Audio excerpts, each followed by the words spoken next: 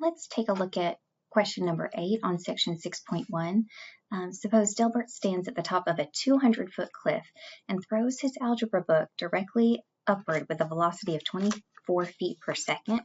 The height of his book above the ground t seconds later is given by this equation.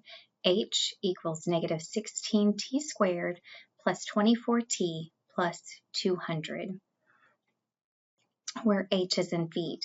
So we're going to graph this function and use the graph and a table to help us answer the questions.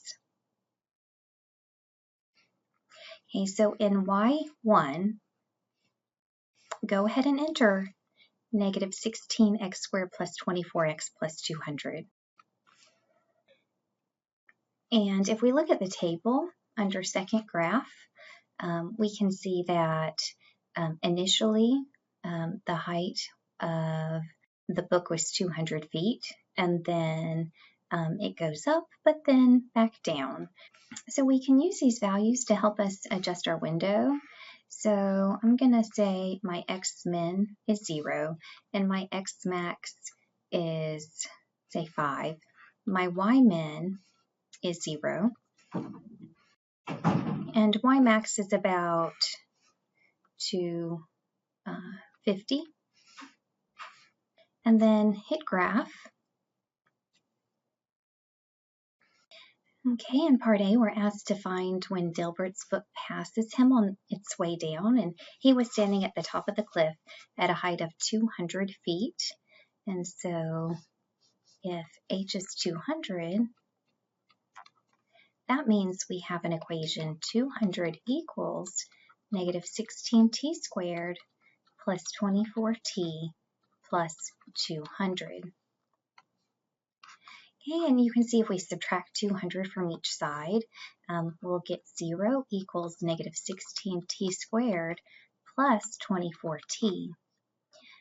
Factor out the GCF. So we see that that's 8t, or you could even factor out a negative 8t, and we get 2t minus 3.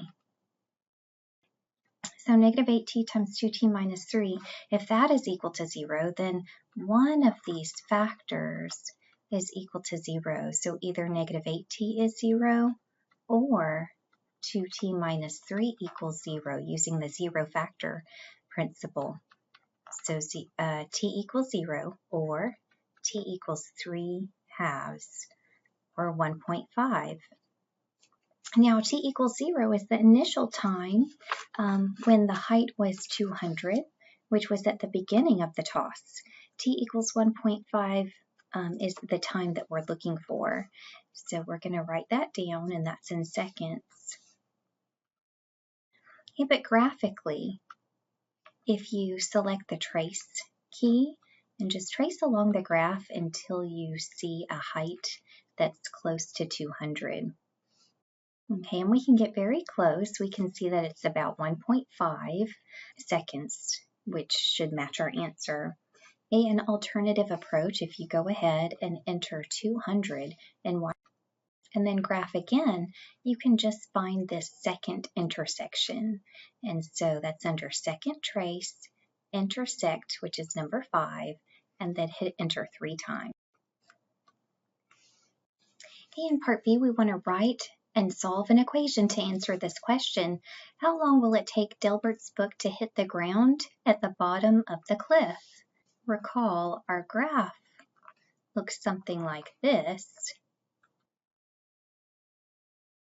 Okay, where this t-intercept is the point we're looking for.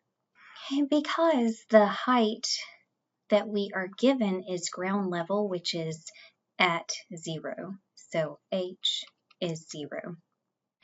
Okay, so our equation is 0 equals negative 16t squared plus 24t plus 200.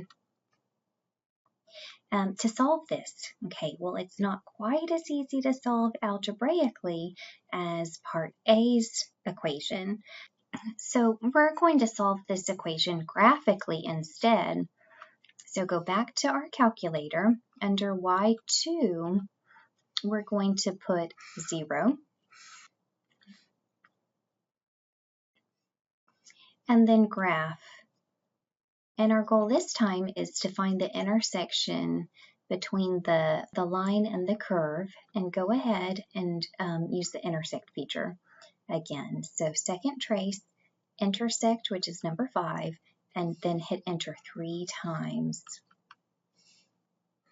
Okay, so it appears that after about 4.4 seconds, the book is going to hit the ground.